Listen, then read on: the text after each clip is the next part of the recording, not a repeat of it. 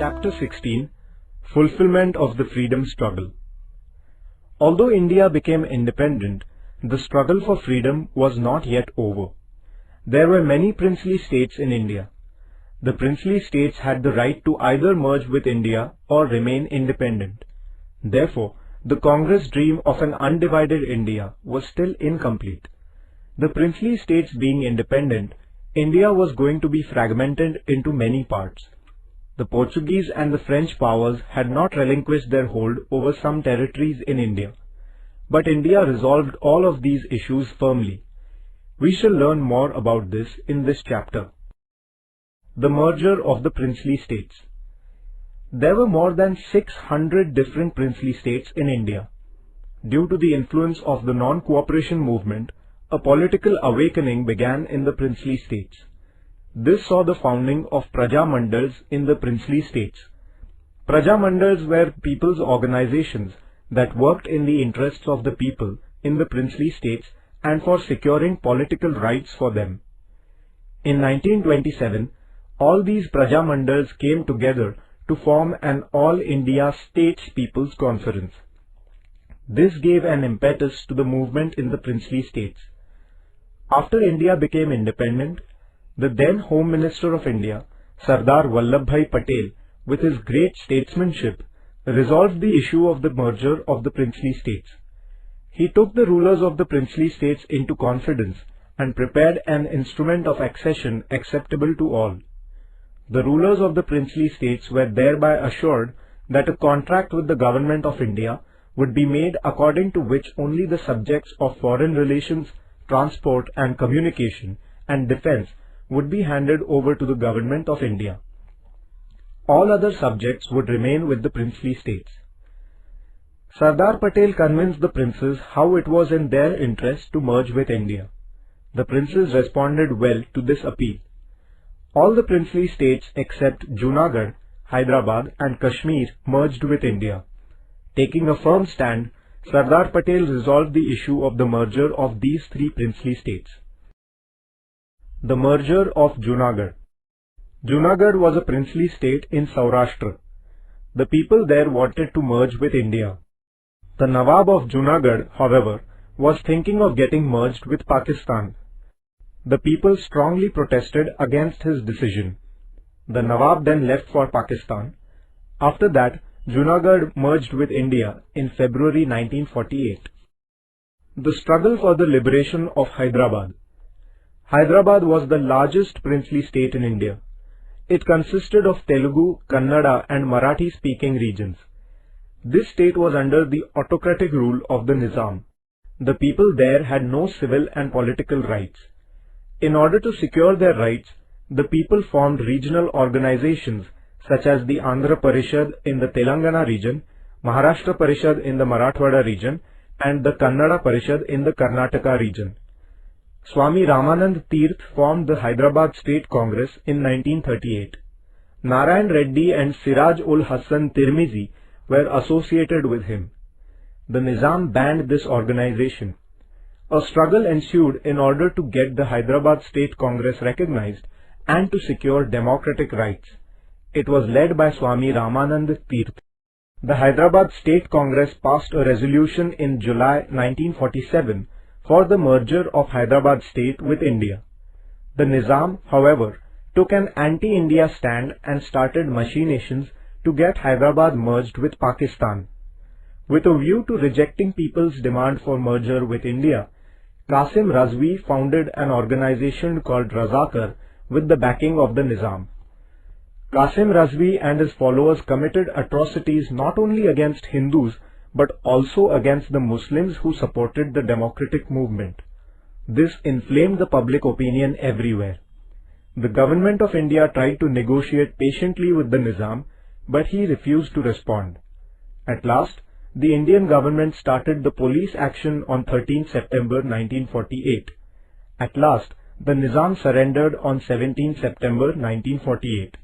Hyderabad was merged with India. The struggle of the people in the princely state was successful. The contribution of Marathwada in the struggle for the liberation of Hyderabad. Swami Ramanand Tirth Govindbhai Shroff, Babasaheb Paranjpe, Digambar Rao Bindu, A.K. Wagmare, Narayan Rao Chavan, Anant Bhalerao, S.K. Vaishampayan, Purushottam Chapalgaonkar, Ramling Swami, Devi Sinha Chauhan, Shamrao Bodhankar, Mukundrao Pedgaonkar, Srinivas Rao Borikar, Raghavendra Diwan, Fulchand Gandhi, Manikchand Pahade and others made a valuable contribution to this struggle. The women who took an active part in the struggle for the liberation of Hyderabad were Ashatai Wagmare, Dagdabai Sherke, Karunaben Chaudhary, Pankunwar Kotecha, Geetabai Charthankar, Sushilabai Diwan, Kaveribai Bodhankar and others. Students participated in the struggle through the Vande Mataram movement. In this historic struggle, Ved Prakash, Shyamlal, Govind Pansare, Bahirji Shinde, Sridhar Vartak, Janardhan Mama and others embraced martyrdom. Their sacrifice has been a source of inspiration to all Indians. Thus we see that the leaders and the people in Marathwada had a lion's share in the struggle for the liberation of Hyderabad. Marathwada Mukti Din is celebrated on 17 September in Marathwada to commemorate the struggle for the liberation of Hyderabad. The districts of Aurangabad, Beed, Osmanabad, Parbhani and Nanded in Marathwada were part of the princely state of Hyderabad. The new districts of Jalna, Latur and Hingoli were formed after 1982.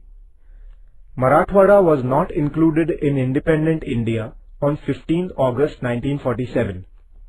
After the inspiring struggle of the people, this region was merged with India in 1948. This unique struggle will always inspire the people of the entire country. The Kashmir Problem.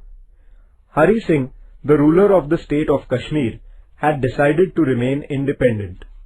Pakistan had intended to secure the merger of Kashmir with Pakistan. For this purpose, Pakistan began to put pressure on Hari Singh. At the instigation of Pakistan, armed intruders attacked Kashmir in October 1947. Hari Singh then signed the instrument of accession with India. After Kashmir had thus merged with India, the Indian army was sent for the defense of Kashmir. The army won back a major portion of Kashmir from the possession of the intruders, but a part of it remained under the possession of Pakistan. The merger of the French colonies. Even after India had become independent, Chandranagar, Pondicherry, Puducherry, Karaikal, Mahe and Yanam territories were in the possession of the French. The Indian natives there were eager to get merged with India. The Indian government demanded that these territories, being parts of India, should be handed over to India. France held a plebiscite in Chandranagar in 1949. The people there voted for India. Chandranagar was handed over to India. Thereafter, France handed over the rest of the territories to the government of India. The struggle for the liberation of Goa. Portugal declined to hand over the territories under its possession to India. Indians had to struggle for securing these territories. Dr. T.B. Cunha was in the forefront of this struggle. He worked to bring about an awakening of the people against the Portuguese government.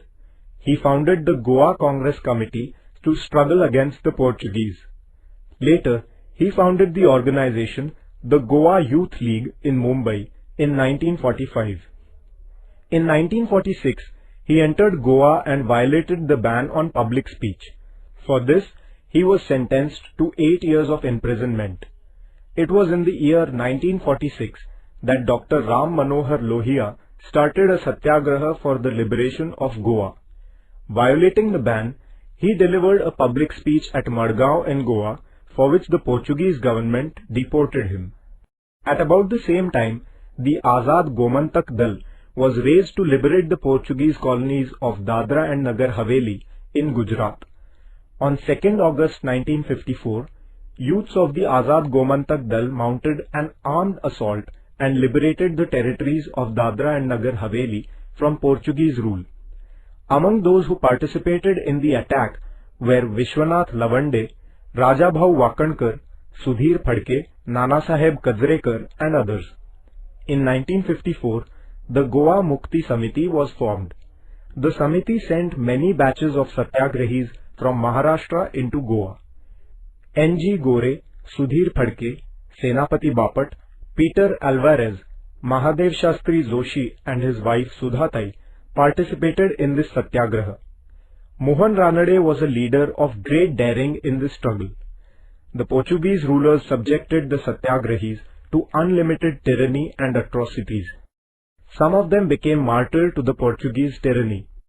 This infuriated the public opinion in India. The liberation struggle in Goa intensified further. The Indian government was patiently holding negotiations with the Portuguese government, but they did not respond. At last, the Indian government unwillingly took the decision of using military force. In December 1961, the Indian army entered into Goa. Very soon, the Portuguese army surrendered. On 19 December 1961, Goa was liberated from Portuguese dominion. Imperialism was completely rooted out from Indian soil. India's freedom struggle was truly fulfilled. After independence, facing many difficult problems such as poverty, unemployment, illiteracy and inequality, India marched towards development. In all walks of life, progress received a momentum. India became a great democratic nation in the world. Today, in the 21st century, India is marching towards becoming one of the superpowers in the world.